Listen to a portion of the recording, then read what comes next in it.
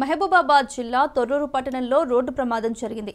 Bus stand centre వద్ద అదుపు తప్పిన గ్రానైట్ లారీ డివైడర్ను ఢీకొట్టిన ఘటనలో భారీ పెను ప్రమాదం తప్పింది.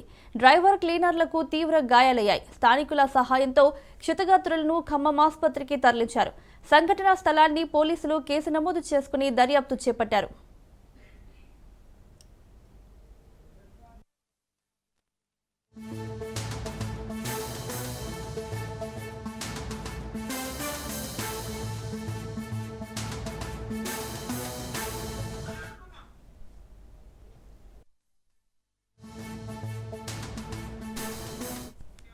మహబూబాబాద్ జిల్లా తొర్రూరు పట్టణంలో రోడ్డు ప్రమాదం జరిగింది.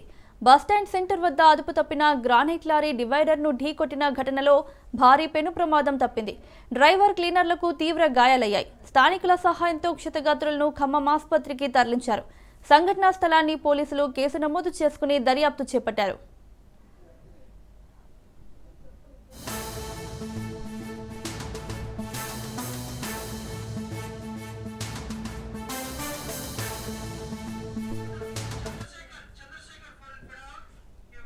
ఇదే అంశానికి సంబంధించి మరింత సమాచారం మా ప్రతినిధి చంద్రశేఖర్ అందిస్తారు. చంద్రశేఖర్, మహబూబాబాద్ లో రోడ్డు ప్రమాదం జరిగినట్లు తెలుస్తోంది. డీటెయిల్స్ ఏంటి?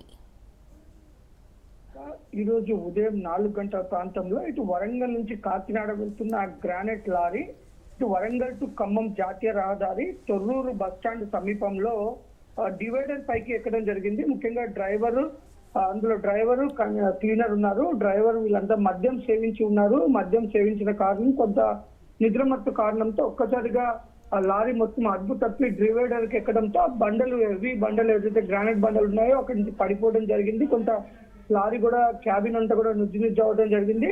ఉదయం 4 గంటల ప్రాంతంలో జరగడంతో పెను ప్రమాదం అయితే తప్పింది.